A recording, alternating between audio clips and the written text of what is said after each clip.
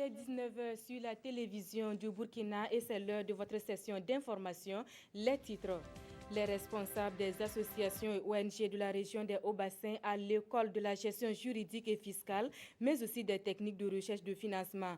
Une formation de 5 jours qui devrait leur permettre d'améliorer la santé financière de leur structure. Et puis l'État reconnaissant aux acteurs les plus méritants du ministère en charge de la jeunesse, 40 agents ont été élevés au rang de chevalier de l'ordre du mérite de la jeunesse et des sports. Bonsoir à tous et merci de nous suivre. Les associations et ONG de la ville de Sia devraient mieux se porter après cette formation reçue par leurs responsables, une formation axée sur la gestion juridique et fiscale, mais aussi sur les techniques de recherche de financement. Une centaine de participants ont assisté à cette formation. Hassan Gourabou et Moussa Sano. Ils sont présidents, secrétaires généraux, comptables ou trésoriers d'associations ou d'ONG. Ces hommes et femmes achèvent 5 jours de formation ici à Bobo Dioulasso, une formation axée sur la gestion juridique et fiscale de les structures, ainsi que sur les techniques de recherche de financement. Nous avons constaté que la formation était vraiment nécessaire pour tout ce qu'on fait comme activité. Quand on connaît, on peut donner le maximum. Mais si on ne connaît pas, on travaille dans l'ignorance et on n'atteint pas les objectifs que nous voulons. C'est ce constat qui nous a amenés à approcher les différents partenaires techniques, pédagogiques pour avoir cette formation. Les participants à cette formation sont beaucoup attendus. Ils devraient permettre aux associations et ONG à mieux se porter. Nous pensons que ces acteurs-là pourront être des relais dans les différentes ONG, à former les membres et à continuer à propager en tout cas l'esprit de qualité qui doit animer les dossiers, la conception des dossiers pour les recherches de financement vers les collectivités territoriales partenaires de l'extérieur ou de l'intérieur pour mobiliser les finances nécessaires pour accomplir le travail en vue d'améliorer les conditions de vie des populations à la base. Cette formation est organisée par le SPONG, le secrétariat permanent des ONG, avec la collaboration du FAFPA, le Fonds d'appui à la formation professionnelle et à l'apprentissage, et du PAPS et FTP, le programme d'appui à la politique sectorielle d'enseignement et de formation technique et professionnelle. L'État burkinabé reconnaissant aux acteurs qui se sont illustrés au ministère en charge de la jeunesse. 40 agents ont été élevés au rang de chevalier de l'ordre du mérite de la jeunesse et des sports. Le résumé de la cérémonie de décoration avec Roger Bambara, Samba Traoré et Zoubaviel David Dabiri. Ils sont 40 agents du ministère de la Jeunesse, de la Formation et de l'Insertion professionnelle à recevoir des mains du ministre Jean-Claude Bouda une reconnaissance de la nation entière pour services rendus. La cérémonie de décoration s'est déroulée en présence des familles, collègues et amis des récipiendaires.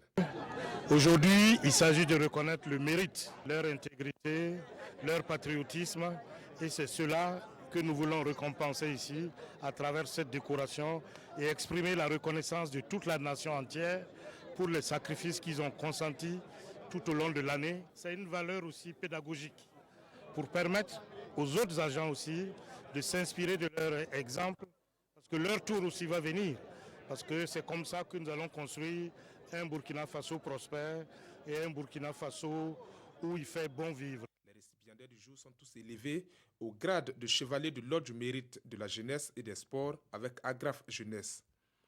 Et c'est pour eux le couronnement de plusieurs années de service. Oui, c'est un sentiment de joie et de reconnaissance à la nation entière pour m'avoir en tout cas reconnu parmi tant d'autres.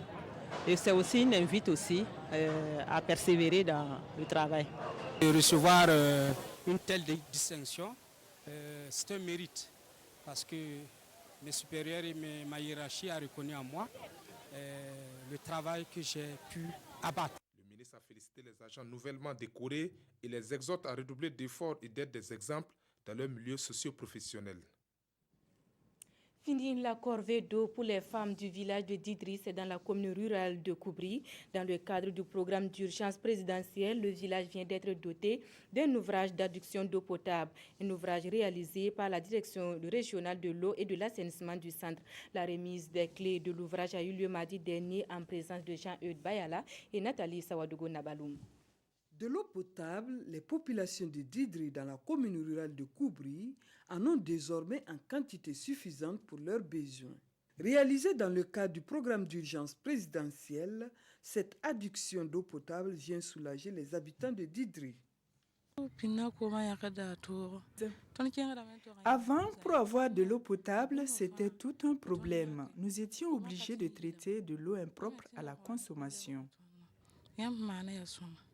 Nous avons pu réaliser l'adduction d'eau potable simplifiée au profit de ce village-là, qui a environ 4 quartiers qui ont pu bénéficier, en tout cas chaque quartier, une bonne fontaine.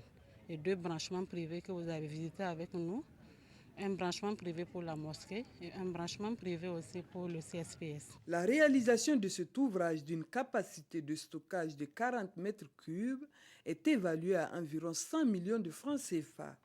Et sa gestion est confiée à la commune, matérialisée ici par la signature d'un procès-verbal entre la directrice régionale de l'eau et de l'assainissement du centre et le premier responsable de la mairie.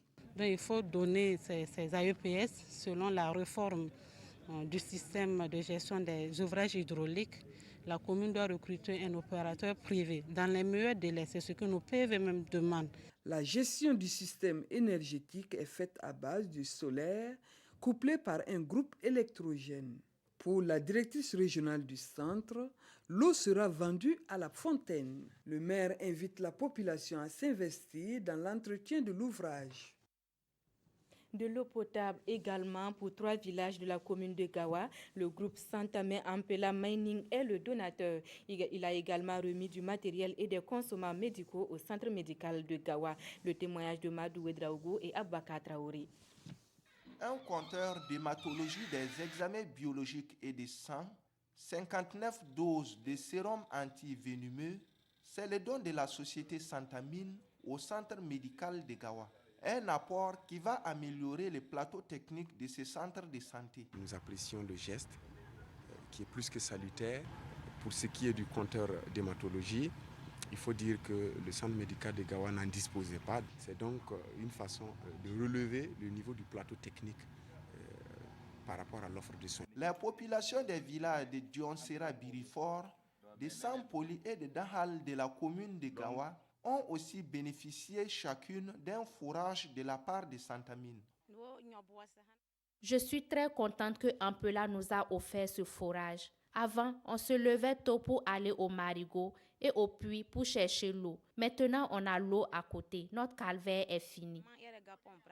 Pour le représentant de la société Santamine, ces dons relèvent de la responsabilité sociale de leur structure qui se veut proche des populations. Là où nous avons travaillé dans tous les villages de la région, il y a un problème d'eau. Vous n'êtes pas sans savoir que les morsures de serpents, c'est un problème de santé publique dans la région du sud-ouest. Et souvent, il arrive que, à cause des morsures de serpents, des gens perdent la vie. Donc, on ne peut pas rester insensible, comme je l'ai dit, bien que nos moyens sont très limités. Le maire de Gawa, présent à ces réceptions, a remercié la société Santamine pour ses gestes qui va améliorer les conditions de vie de sa population. Musique à présent et nous commençons par le village des musiques africaines de Ouagadougou Vemao.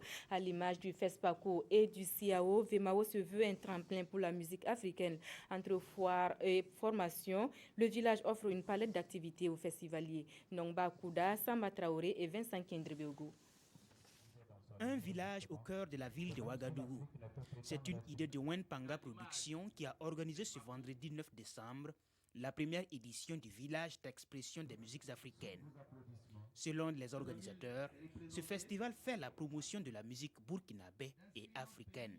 Depuis 3 ans, nous avons eu l'idée de créer ce festival.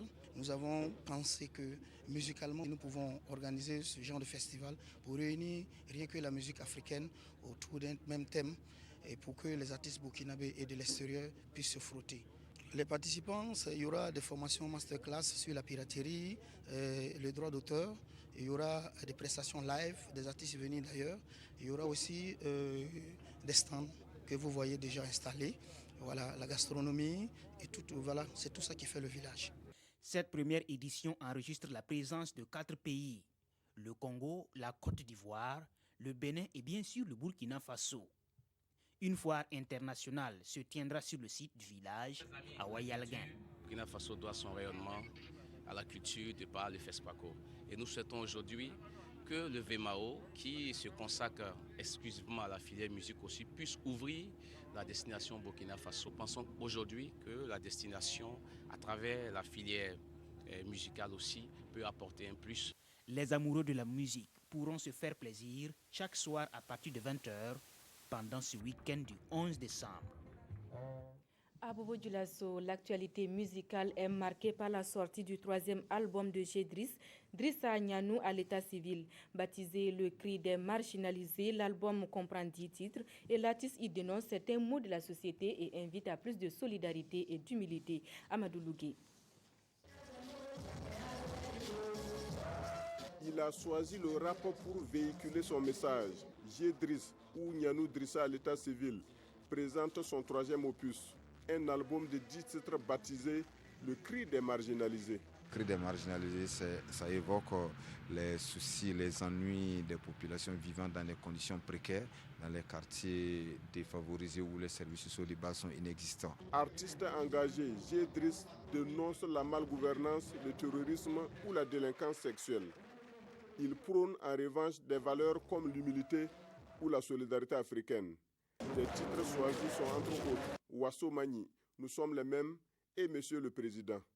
Monsieur le Président, c'est quoi? C'est une interpellation au président du Faso par rapport aux engagements qu'il a pris. Parce que c'est le peuple qui l'a permis d'accéder au fauteuil à Kossiam. Ce même peuple a fait confiance sur la base d'un programme qu'il a présenté à la population. Nous avons le devoir de rappeler à Monsieur le Président qu'il a des engagements. Il y a un contrat social tacite qui est là, où l'idéal serait qu'il le respecte pour la satisfaction du peuple qui l'a permis d'être là-bas. J'ai beaucoup apprécié vraiment. Il dit la vérité et puis vraiment, il donne aussi des conseils aux gens. J'ai pu apprécier, j'ai applaudi, je l'encourage. C'est un jeune, il a des talents. En attendant une tournée prévue par l'artiste en 2017, ce 3e album, lui, est disponible sur le marché discographique au prix unitaire de 3 000 francs CFA. Voilà qui met fin à cette édition. Merci à vous qui l'avez suivi. L'information revient à 20h avec Nathalie Kaouri. Merci de rester fidèle au programme de la télévision du Burkina.